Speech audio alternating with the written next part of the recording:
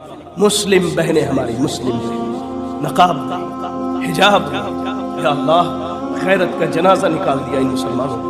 وہ فیس بک پر اور سارے سوشل میڈیا پر وہ ناچ رہی ہے، باپ بھی دیکھتا ہے، بھائی بھی دیکھتا ہے، ماں بھی دیکھتی ہے۔ اور تو آج ٹی وی پر ایک بہت بڑا فتنہ چل رہا ہے، بگ باس کا فتنہ۔ یہ کیا ہے؟ یہ بے حیائی، یہ زنا کے راستے کو آسان کرنا اور نوجوان نسل کے ذہن میں یہ بات ڈالنا کہ لڑکے اور لڑکیاں مل کر کے ایک ہی کمرے میں ایک ہی بیڈ پر بغیر رشتے کے بھی رہ سکتے۔ وہ قوم باغیرت قوم تھی ہماری، ہمارے اسلاف ہمارے اصحاب باغیرت تھے۔ آج ہمارے یہاں غیرت کا ختم ہو جانا بھی ایک بہت بڑا اور ایک عظیم فتنہ۔ اگر آپ پہلی مرتبہ ہمارے چینل پر تشریف لائے ہیں پلیز سبسکرائب کر لیجیے۔ خصوصاً نوجوانوں میں آج بددینی اور الحاد کا ماحول ہے۔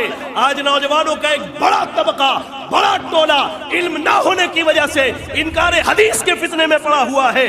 آج نوجوانوں کا ایک بڑا ٹولہ، ہماری بہنیں بھی سنیں اور میرے بھائی بھی سنیں، آج نوجوانوں کا ایک بڑا ٹولہ اپنے آپ کو یورپین کلچر میں ڈھالنے کی کوشش میں لگا ہوا ہے۔ یہ بہت بڑا فتنہ ہے۔ آج معاشرے میں بے پردگی، بے حیائی کا فتنہ ہے۔ سوشل میڈیا اٹھا کر کے دیکھیے، سوشل میڈیا اٹھا کر کے دیکھیے، جس میڈیا نے ہمیں اور آپ کو لا کر کے ایک ٹیبل پر جمع کر دیا ہے۔ آج ہماری مسلم بچیاں، اللہ اللہ، میں ہمیشہ کہتا ہوں واللہ آج امت اسلام میں ان کی غیرت کا ختم ہو جانا، غیرت کا فقدان بھی ایک بہت بڑا فتنہ ہے۔ وہ قوم باغیرت قوم تھی ہماری، ہمارے اسلاف ہمارے اصحاب باغیرت تھے۔ آج ہمارے یہاں غیرت کا ختم ہو جانا بھی ایک بہت بڑا اور ایک عظیم فتنہ ہے۔ اور اس غیرت کے ختم ہونے کی مثالیں دیکھنی ہو آپ کو مثالیں، جائیے آپ سوشل میڈیا اٹھائیے، کسی نوجوان کا فون لیجئے اور آپ ایک ٹک ٹاک نامی ایپ ہے، اس ایپ کو اٹھا کر کے دیکھیے۔ اللہ کی قسم میں سنی سنائی باتوں پر یقین نہیں کرتا جب تک اپنی آنکھ سے نہ دیکھیں۔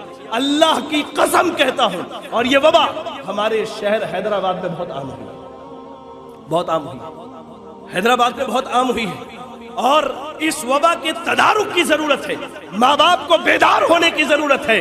جو ارباب حل وقت ہے، جو عقل مند ہے، جو سمجھدار ہے، جو قوم کے قائد ہے، چاہے وہ سیاستداں ہو یا علماء ہو، ان کی ذمہ داری ہے کہ ان فتنوں کا تدارک کریں۔ وہ ٹک ٹاک کا فتنہ، اللہ اللہ، مسلم بہنیں ہماری مسلم نقاب حجاب، یا اللہ غیرت کا جنازہ نکال دیا ان مسلمانوں نے۔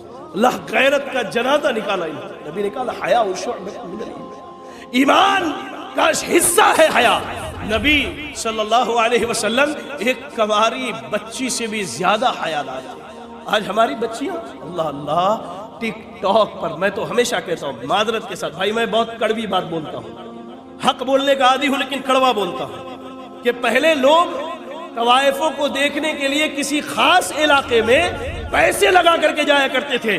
آج ہم نے خود اپنی بچیوں کو یہ اینڈرائڈ فون دے کر کے طوائفیں بنا کر کے رکھے، وہ ناچ رہی ہے ویڈیو میں، وہ ٹک ٹاک پر، وہ فیس بک پر اور سارے سوشل میڈیا پر وہ ناچ رہی ہے، باپ بھی دیکھتا ہے، بھائی بھی دیکھتا ہے، ماں بھی دیکھتی ہے۔ اور تو اور جب کہا جاتا ہے، کہتے ہماری بیٹی یوٹیوبر ہے، ہمارا بیٹا یوٹیوبر ہے، بڑی آمدنی ہے، بڑی اچھی زندگی گزر رہی ہے۔ اللہ کے بندو، یہ غیرت کا فقدان معاشرے کا ایک بہت بڑا فتنہ ہے۔ اور ایسے ہی سوشل میڈیا پر دعوت و تبلیغ کے نام پر غیر محرم مردوں کا غیر محرم عورتوں سے بات کرنا، یہ بہت بڑا فتنہ ہے۔ شیطان موقع تلاشتا ہے، اللہ نے کہا انہ لکم عدو مبین، یہ تمہارا کھلا ہوا دشمن ہے۔ وہ جب جانتا ہے کہ کوئی اہل حدیث، کوئی موحد شرک نہیں کر سکتا، یہ بدعت میں نہیں پڑ سکتا، اس کو ادھر سے گھیر کر کے لاتے ہیں دین کے نام پر۔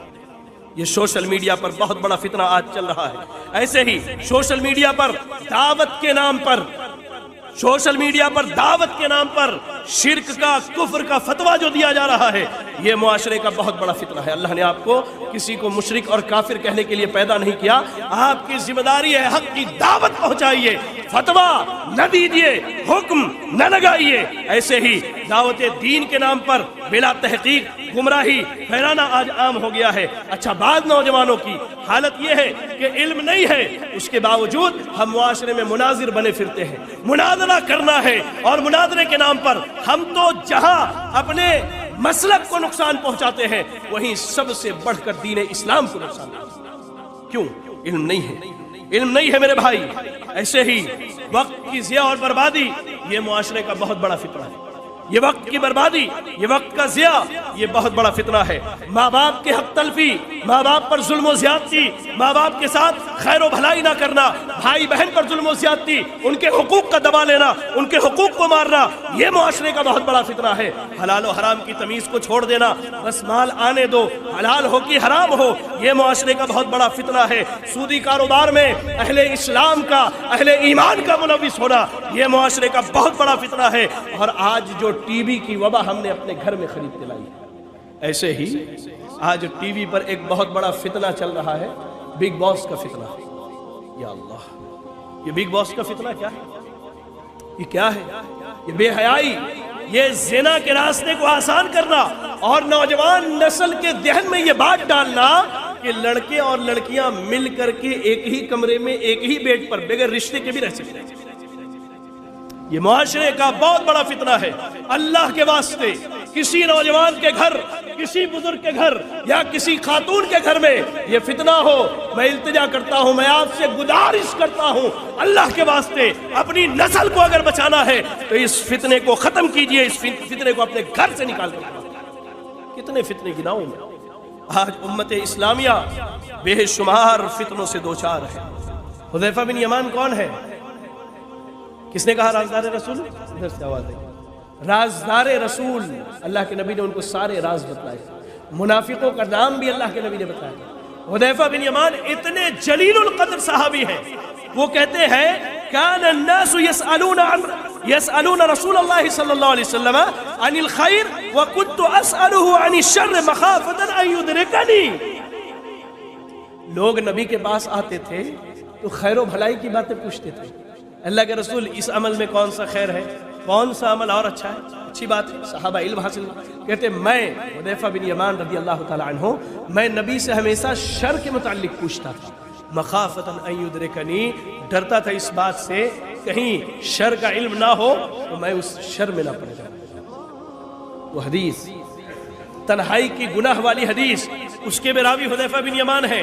جب اللہ کے نبی نے کہا کہ قوم آئے گی جن کی نیکیاں تہامہ پہاڑ کے برابر ہوں گی لیکن اللہ تعالیٰ ایک بھی نیکی کو قبول نہیں کرے گا، وہاں بھی حذیفہ بن یمان نے چاہتے تو بات سن کے چلے جاتے، کہا اللہ کے رسول ذرا یہ بتلا دیجئے کہ یہ کون لوگ ہوں گے، کہیں ایسا نہ ہو کہ ہم بھی ان میں سے ہو جائیں۔ تو علم حاصل کیجئے فتنوں کے متعلق، کس سے حاصل کیجئے؟ علماء ربانی سے، علماء حق سے حاصل کیجئے۔ علماء حق کیوں؟ علماء حق یہ نبیوں کے وارث ہیں، یہ نبیوں کے وارث ہیں۔ جامع ترمذی، سنن ابی داؤد، سنن ابن ماجہ اور مسند احمد کی روایت ہے، ابو الدرداء رضی اللہ تعالی عنہ راوی کہتے ہیں ان العلماء ورثۃ الانبیاء، تمام اہل حق علماء، میں اہل حق اس لیے کہتا ہوں کہ آج بڑے بڑے جبے اور قبے والے مولوی بھی ہمارے حیدرآباد میں پھرتے رہتے، ماشاءاللہ، دین کے نام پر خرافات، اور کھڑے کھڑے ان کے نام پر جنت کی سرٹیفکیٹ، ان کے نام پر جنت کی سرٹیفکیٹ، ساری چیزیں بانٹتے رہتے۔ اللہ کی پناہ ایسے علماء سو سے، اور یہ علماء سو کا جو رواج ہے آج سے نہیں ہے، یہ روز اول سے چلا آ رہا ہے۔ ایک مثال دیتا ہوں، موسیٰ علیہ السلام کی قوم میں ایک شخص تھا، سامری اس کا نام تھا۔ علماء سو کی مثال اس سے دی جا سکتی ہے، جب موسیٰ علیہ السلام کو اللہ نے بلایا قوم میں شرک کو اس نے عام کرنا شروع کیا۔ آج کتنے سامری ہمارے حیدرآباد کے اندر گھومتے ہوئے نظر آتے ہیں، اللہ کی پناہ ایسے علماء۔ علماء حق سے جڑیے، یہ انبیاء کے وارث ہیں، یہ انبیاء کے وارث ہیں، اور انبیاء درہم و دینار نہیں چھوڑتے، انبیاء علم چھوڑ کر کے جاتے، اور یہی علماء حق 10 سال 15 سال 20 سال اپنی زندگی کا ایک لمبا عرصہ لگا کر کے علماء حق سے علم حاصل کر کے آپ کے ہاں علم کو عام کرنے کے لیے